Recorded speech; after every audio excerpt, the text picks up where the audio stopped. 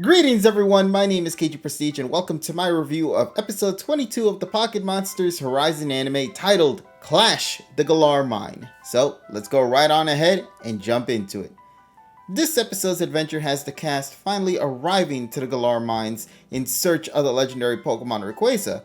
However, it's been mentioned in the previous episode that they are not alone, as we discovered that Ametio and the explorers have also arrived in pursuit of this Pokemon as well. So, knowing that these two teams are in a hunt for this shiny Rayquaza, how exactly did this episode turn out to be?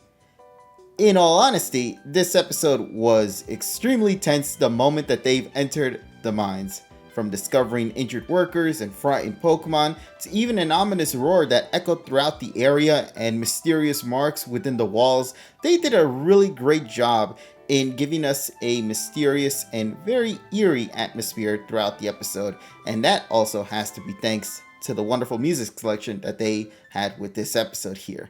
However, we gotta talk about two major moments that occurred within this episode that I feel deserves its own separate discussion, so let's jump right into those. First off, discovering that Rayquaza wasn't inside the Galar Mines, but instead we discover the third member of the heroes team who was shown off in this one.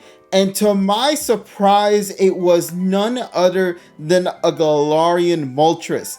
Of all Pokemon that they could have used for the heroes team, I genuinely never imagined that another legendary Pokemon would be added in the mix.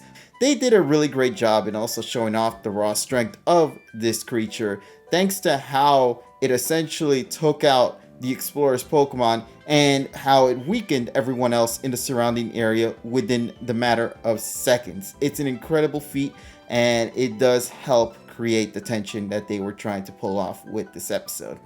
However, the most fascinating bit that has to be mentioned in regards to the Moltres has to be the emotions that was revealed thanks to Hatena.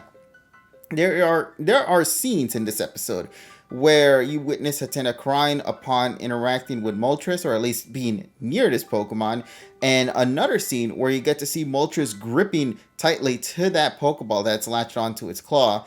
You could clearly tell just from the visual aspects and just from knowing how Hatena is as a Pokemon that something is clearly hurting Galarian Moltres. So it does beg the question as to exactly what the cause is, and most importantly, how exactly will Liko and the others within the Rising Voltaclers and possibly the Explorers, how will they help calm this beast down? I'm gonna assume that Arboliva will probably play a major role in this due to the fact that obviously the Rising Explorers are in possession of one of the members within the heroes team, so familiar faces for Galarian Moltres could possibly put this Pokemon at ease. The second major thing that I would love to talk about is the Cap himself, who absolutely shined the best despite going at it alone without his trainer Freed. Putting his own self at risk in order to protect Liko and Roy from the enraged Moltres, taking hits like a champ. This yellow rodent definitely was the MVP of this episode and showed just how far Freed's team were willing to go to defend their crewmates. I absolutely love the captain this episode. He deserves all the love for sure.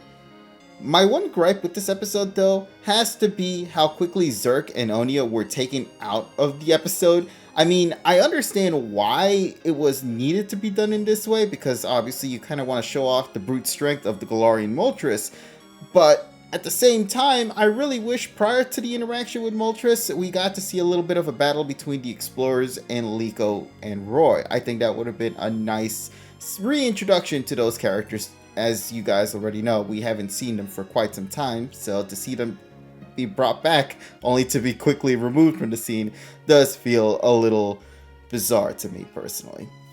Overall, a very solid episode that kept me invested throughout, and I am curious as to how the next episode will play out. For now, that is all I got to share for this episode. Do let me know down in the comment section below what you feel about the episode overall. And if you enjoyed this video, make sure to drop a like, subscribe, and stay tuned for whatever other videos that will come your way. In the meantime, my name is KGPrestige, and I'll talk to all of you lovelies later in whatever video I make. Take care, everyone, and as always, make sure to do me a favor and have yourselves an awesome day.